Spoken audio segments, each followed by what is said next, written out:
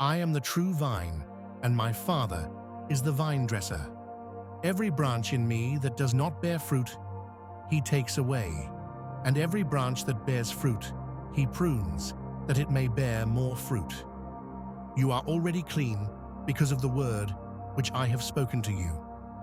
Abide in me, and I in you. As the branch cannot bear fruit of itself, unless it abides in the vine, neither can you, unless you abide in me.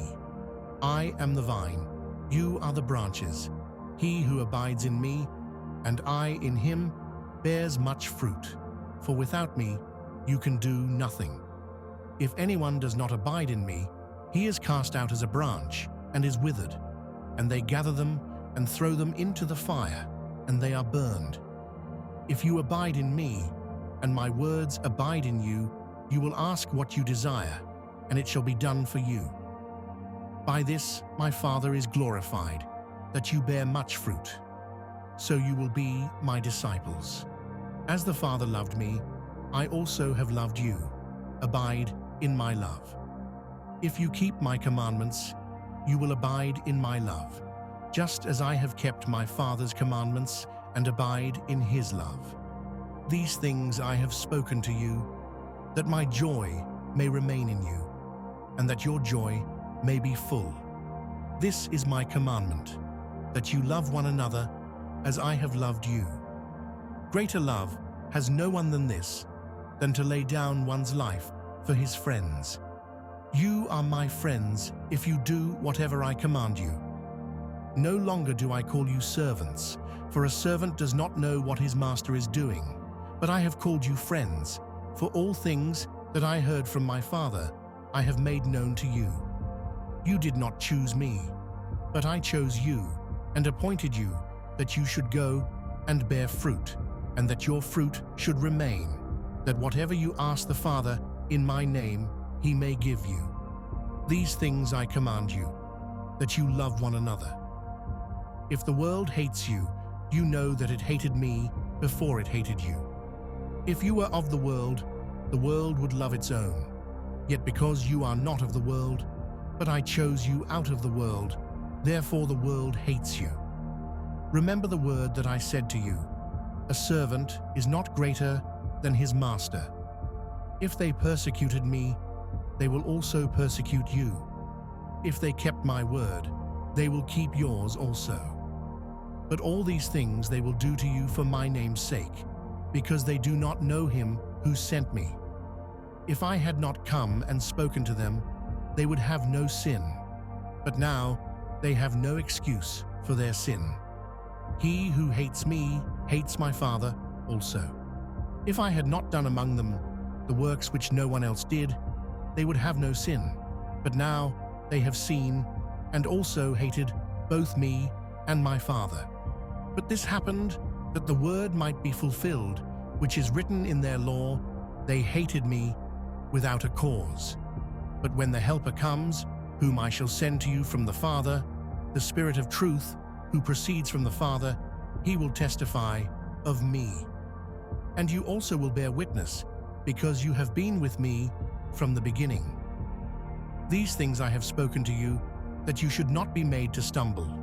They will put you out of the synagogues. Yes, the time is coming that whoever kills you will think that he offers God service. And these things they will do to you, because they have not known the Father nor me. But these things I have told you, that when the time comes, you may remember that I told you of them. And these things I did not say to you at the beginning, because I was with you. But now I go away to him who sent me, and none of you asks me, where are you going? But because I have said these things to you, sorrow has filled your heart. Nevertheless, I tell you the truth. It is to your advantage that I go away. For if I do not go away, the Helper will not come to you. But if I depart, I will send him to you. And when he has come, he will convict the world of sin, and of righteousness, and of judgment. Of sin, because they do not believe in me. Of righteousness, because I go to my Father, and you see me no more. Of judgment, because the ruler of this world is judged. I still have many things to say to you, but you cannot bear them now. However, when He, the Spirit of truth, has come, He will guide you into all truth. For He will not speak on His own authority, but whatever He hears, He will speak, and He will tell you things to come. He will glorify me, for He will take of what is mine and declare it to you. All things that the Father has are mine. Therefore I said that He will take of mine and declare it to you. A little while, and you will not see me, and again a little while, and you will see me, because I go to the Father. Then some of His disciples said among themselves, What is this that He says to us, a little while, and you will not see me, and again a little while, and you will see me, and because I go to the Father? They said therefore, What is this that He says, a little while? We do not know what He is saying. Now Jesus knew that they desired to ask Him, and He said to them, Are you inquiring among yourselves about what I said? A little while, and you will not see me, and again a little while, and you will see me. Most assuredly, I say to you that you will weep and lament, but the world will rejoice, and you will be sorrowful, but your sorrow will be turned into joy. A woman, when she is in labor, has sorrow because her hour has come, but as soon as she has given birth to the child, she no longer remembers the anguish, for joy that a human being has been born into the world. Therefore you now have sorrow, but I will see you again, and your heart will rejoice, and your joy no one will take from you. And in that day you will ask me nothing. Most assuredly, I say to you, whatever you ask the Father in my name, He will give you. Until now, you have asked nothing in my name. Ask, and you will receive, that your joy may be full. These things I have spoken to you in figurative language. But the time is coming when I will no longer speak to you in figurative language, but I will tell you plainly about the Father. In that day, you will ask in my name, and I do not say to you that I shall pray the Father for you. For the Father Himself loves you, because you have loved me and have believed that I came forth from God. I came forth from the Father and have come into the world. Again, I leave the world and go to the Father. His disciples said to Him, See, now you are speaking plainly and using no figure of speech.